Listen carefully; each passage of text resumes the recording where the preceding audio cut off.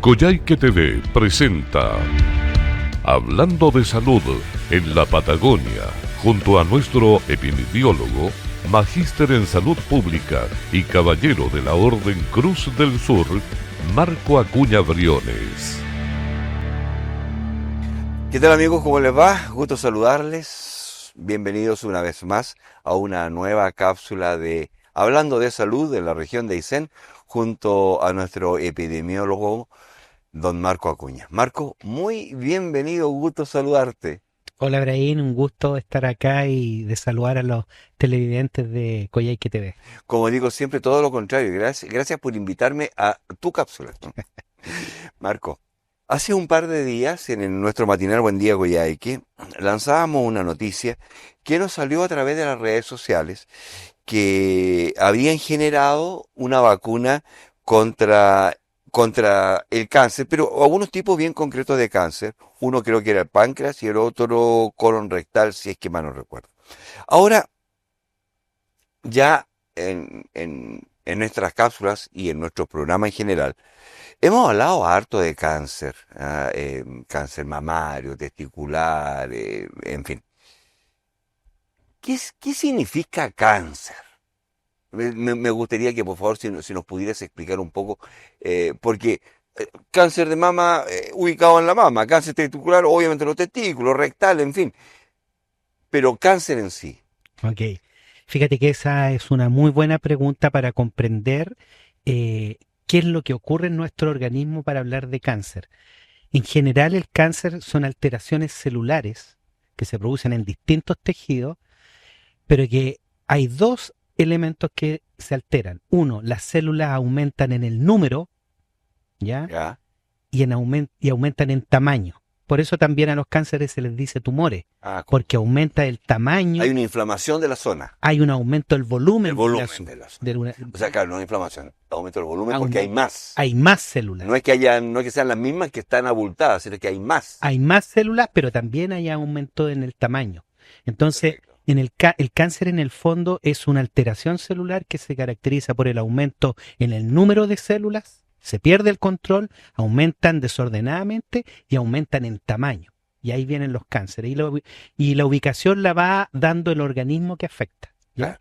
Ahora, para que se produzca el cáncer tienen que haber ciertos factores condicionantes. Y uno de ellos, el más importante, es la herencia, ¿ya? La herencia.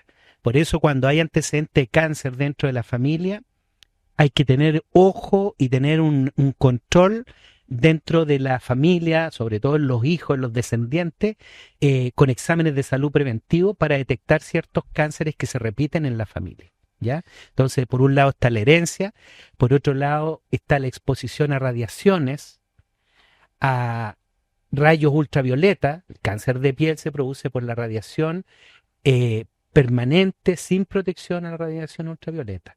Hay otro tipo de cánceres que tienen que ver con nuestros estilos de vida. Por ejemplo, el tabaco es un factor de riesgo de cáncer de pulmón, ¿ya? Claro que sí. La alimentación, dependiendo de nuestro tipo de alimentación, vamos a tener algunos cánceres que son más frecuentes. Por ejemplo, cáncer gástrico, cáncer de colon, ¿ya?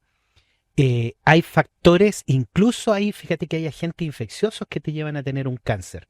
Así, por ejemplo, tenemos el cáncer cérvico-uterino, está asociado a la infección por el virus papiloma humano.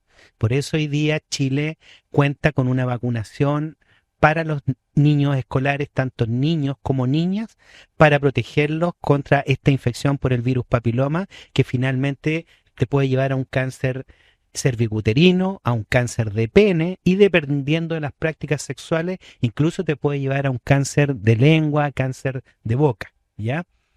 Hay otras infecciones que están asociadas al cáncer gástrico, por ejemplo, la bacteria Helicobacter pylori, que se aloja en el estómago, también es un agente infeccioso que, si no se erradica esa bacteria al estómago, a largo plazo nos puede llevar a un cáncer gástrico. Primero una úlcera y finalmente un cáncer gástrico. Hay otras infecciones, como la hepatitis B y la hepatitis C, que van causando alteración a nivel celular en el hígado y te pueden llevar a un cáncer de hígado. ¿ya? Y la última infección que también puede generar, sobre todo cáncer a nivel de piel, es el VIH, lo que se llama como el sarcoma de Kaposi, ¿ya? Que el virus, con la inmunosupresión que causa en la persona, atacando todo el sistema inmunitario, hace que se produzcan estas lesiones en la piel que finalmente también son un tipo de cáncer. Entonces, así se produce el cáncer. Existen factores condicionantes que son hereditarios, ambientales y de estilos de vida que influyen en que aparezca este tipo de enfermedad. A ver si entiendo bien. Una infección, en realidad, obviamente es una alteración de las células, pero en cuanto a volumen y cantidad está controlado. Tal vez volumen no, si es que hay, digamos...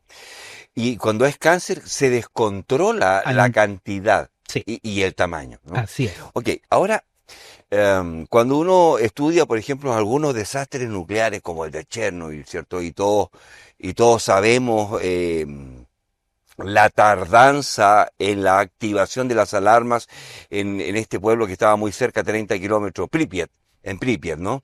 Y Kiev también, por cierto.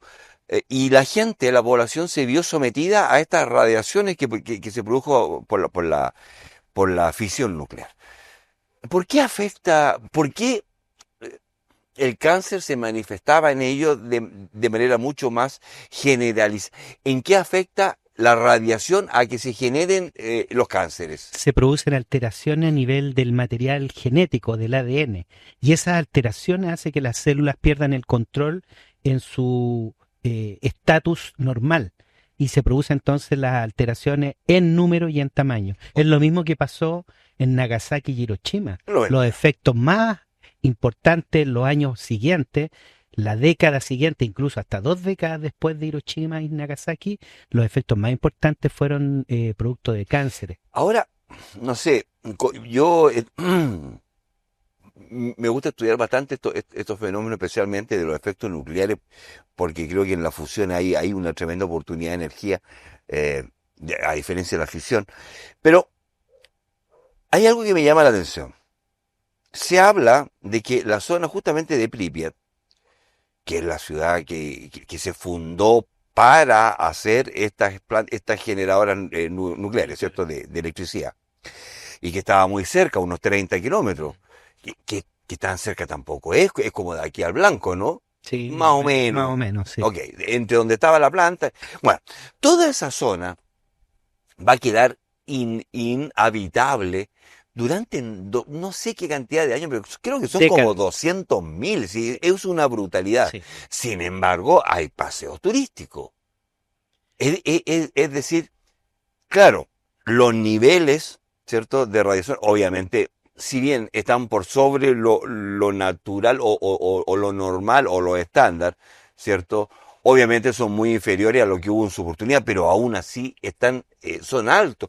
Entonces, ¿por qué se permite que la gente vaya? No debería permitirse, y deberían haber zonas muy restringidas para el acceso, como ocurrió después del terremoto de Japón, donde las plantas nucleares japonesas igual sufrieron Claro, cuando eso fue fue un por el tsunami. Por el tsunami. Esa área en Japón hasta el día de hoy está restringido el acceso, porque la permanencia de la radiación hace que si personas se acercan a esa área es de alto riesgo de tener efectos, sobre todo si ese ingreso es permanente o recurrente, porque si tú entras y sales de inmediato, probablemente no te va a pasar nada. Y es por lo mismo que, no sé, pues cuando te sacan una radiografía de una muela, te ponen un saco de plomo encima. Así es, hay que proteger sobre todo la zona de las gónadas, tanto en hombres como en mujeres, y particularmente la tiroides. Fíjate que nosotros hemos tenido en la región algunos eventos de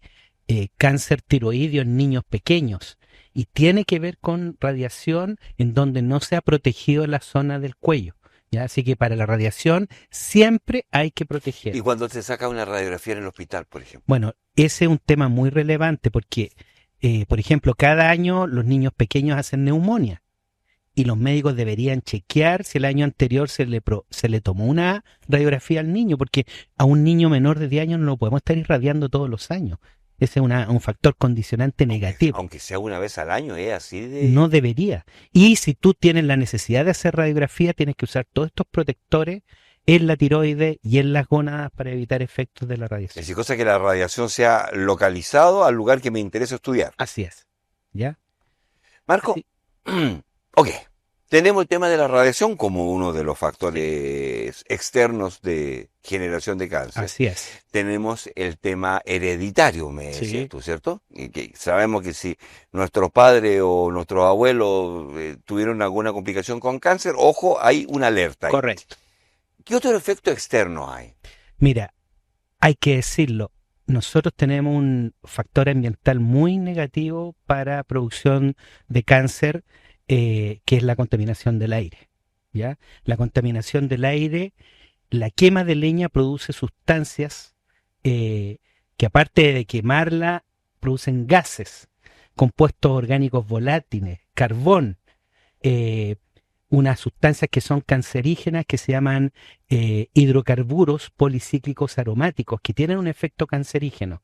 Entonces, cuando tenemos el uso de leña como el principal combustible de calefacción y en algunas localidades como el principal combustible de preparación de alimentos, quiere decir que estamos exponiendo ambientalmente a las comunidades a niveles de una nox ambiental que puede producir cáncer.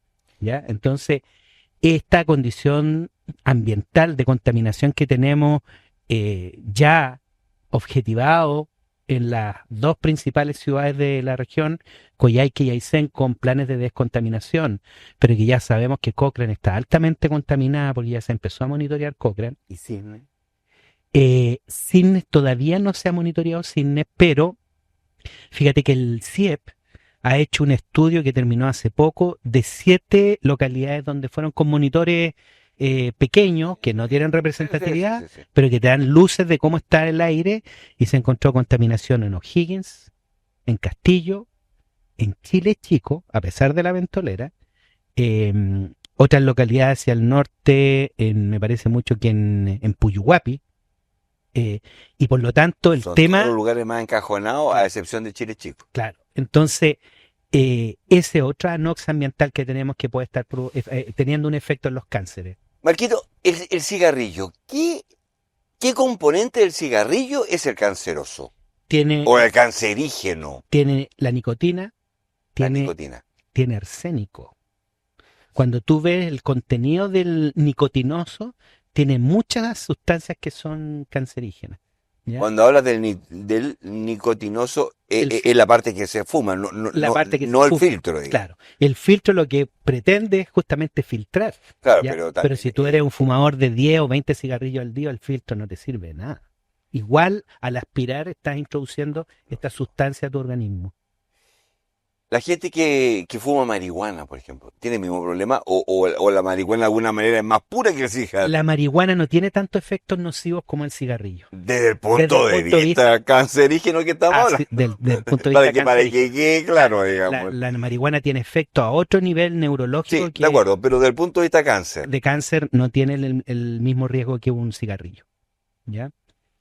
Así que eso es un poco explicarle a nuestros televidentes lo que es el cáncer, cuáles son los factores que inciden en que podamos tener esta alteración celular. Y volviendo a esta vacuna, Te iba a decir lo mismo, Fue- volvamos a la vacuna. estos estudios se han hecho en Estados Unidos, principalmente en 3 ciudades, por investigadores de la Universidad de California, que han logrado determinar que el uso de estas sustancias de inmunoterapia, donde estimulan que nuestro mismo sistema inmunológico con las células blancas, principalmente lo que nosotros llamamos los linfocitos T, detecten estas células anormales y las ataquen y las vayan destruyendo. ¿Ya? Entonces, esta inmunoterapia se complementa con la terapia que ya es convencional en los cánceres, en donde lo que se hace con la quimioterapia, por ejemplo, es dar fármacos que están atacando estas células malignas. La radioterapia, que aquí estamos aplicando radiación, justamente para matar. Iba a decir lo mismo. Claro. La radioterapia. La radioterapia es radiación que trata de ser dirigida donde está el cáncer para eliminar las células anormales. Y bueno, está la cirugía, que es, digamos, tratamiento convencional de los cánceres. La cirugía, la quimio y la radioterapia, pero que ahora se está complementando con estas, entre comillas, vacunas para que nuestro sistema inmunitario tenga la capacidad de eliminar estas células alteradas. El ser humano, digamos, moderno, ha pasado por muchas epidemias y por muchas enfermedades que en su momento fueron gravísimas, fueron letales, y que fueron, a través de los estudios científicos, saliendo las vacunas, los medicamentos. ¿Por qué en el caso del cáncer cuesta tanto o ha costado tanto erradicarlo? Es cierto que hay hoy en día algunos cánceres que son más peligrosos que otros en términos de alguna manera, su expectativa de vida, ¿no? De los tratamientos, digamos. Hay cánceres que son mejores que otros, Sí. En el entendido de que todos son malos, obviamente. Y algunas fases también, fase 1, fase 2, en fin. Pero también existen los amantes a las teorías conspirativas en que dice que a las farmacéuticas como que no les conviene tampoco generar curas tan a bajo costo, digamos. ¿Hay algo cierto de aquello? ¿Cuál es tu opinión como profesional de la salud?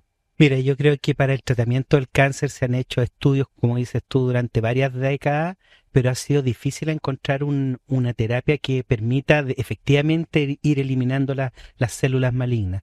Ahora, el tema de la conspiración, yo creo que del punto de vista científico, no es al lugar. Lo que sí, estos fármacos y estas terapias son de altísimo costo. O ¿Ah? sea, Carísimo, carísimo, estábamos viendo el carísimo. costo de las vacunas, Sí, esta y la del VIH. sí. No me acuerdo, pero eran No 20 sé. millones de pesos Sí. al año, 20 mil Bueno, dólares. pero fíjate que Chile y nuestro Ministerio de Salud está haciendo esfuerzos muy importantes. Hace unos días atrás, el 9 de septiembre, la ministra de Salud entregó como noticia que se ha incorporado dentro del programa de estas drogas de alto costo justamente la inmunoterapia para unos cánceres que están ocurriendo hoy día en Chile, que están afectando mujeres a edad muy temprana, que es el cáncer de mama triple negativo, ¿ya? Y esta inmunoterapia se va a incorporar con costo cero, de acuerdo, por supuesto, a si es FONASA o si es de ISAPRE, de acuerdo a su plan, para tener el acceso a esta terapia que va a mejorar la sobrevida de estas mujeres que habitualmente son mujeres muy jóvenes y que este cáncer triple negativo de mama es tremendamente agresivo. Marco, yo no sé si estoy en lo correcto o no, pero según lo que recuerdo cuando me tocó ser paciente de esta patología, cáncer testicular, paciente A, cáncer testicular, paciente B, fase 1, paciente A, fase 1, paciente B, es decir, condiciones como que clínicamente iguales. Sin embargo, los químicos distintos para cada paciente, porque eran como adecuados a la persona. ¿Eso es así? Es así, es así. Y esa es una de las razones por qué ha costado tanto encontrar Sí, un medicamento genérico que diga, usted tiene cáncer de mama, tómese esta correcto. pastillita cada 8 horas y nos vemos en 2 meses más. Son distintos los tipos de cánceres, las alteraciones celulares son Eso es, diferentes las y alteraciones. por eso la terapia es tan difícil llegar a una Es terapia personalizada, digamos. casi personalizada, ¿ya? Ahora, en esta terapia que te estoy hablando, el cáncer de mama es genérica. Sirve para todas las mujeres en cualquier etapa del cáncer y lo mejor de todo es que mejora la sobrevida porque lo que hace es estimular a nuestro sistema inmunitario natural a que se defienda bien contra el cáncer de mama, en este caso particular el triple negativo, ¿ya? Así que eso es la importancia de estos nuevos descubrimientos y de estos nuevos fármacos y de esta inmunoterapia que ya en Chile también se está incorporando. Del cáncer de páncreas y de colorectal en Estados Unidos Si hoy, está en ensayo clínico en fase 1. Hay que llegar a la fase 3 porque se está viendo en este rato la dosis que está haciendo el efecto y la seguridad. Luego vienen estudios ya en poblaciones más grandes y finalmente se ve la eficacia. Marco, si esta vacuna hoy día cuesta 20 mil dólares al año, porque entiendo que son dos al año, Son varias dosis. son varios, Sí, pero sacábamos la cuenta aquí, no sé, pero era una cantidad importante de sí, plata, eran varios sí, millones de pesos, así es. o sea, inalcanzable para la gran mayoría de la población o alcanzable para solo unos pocos. ¿Cuánto tiempo tú crees, según lo que dice la historia, digamos, que esta vacuna pasa a ser algo de un costo normal, como, no sé, como la de la influenza. ¿Cuánto tiempo tiene que pasar para que los creadores ya recuperen su inversión y esto se genere de manera masiva?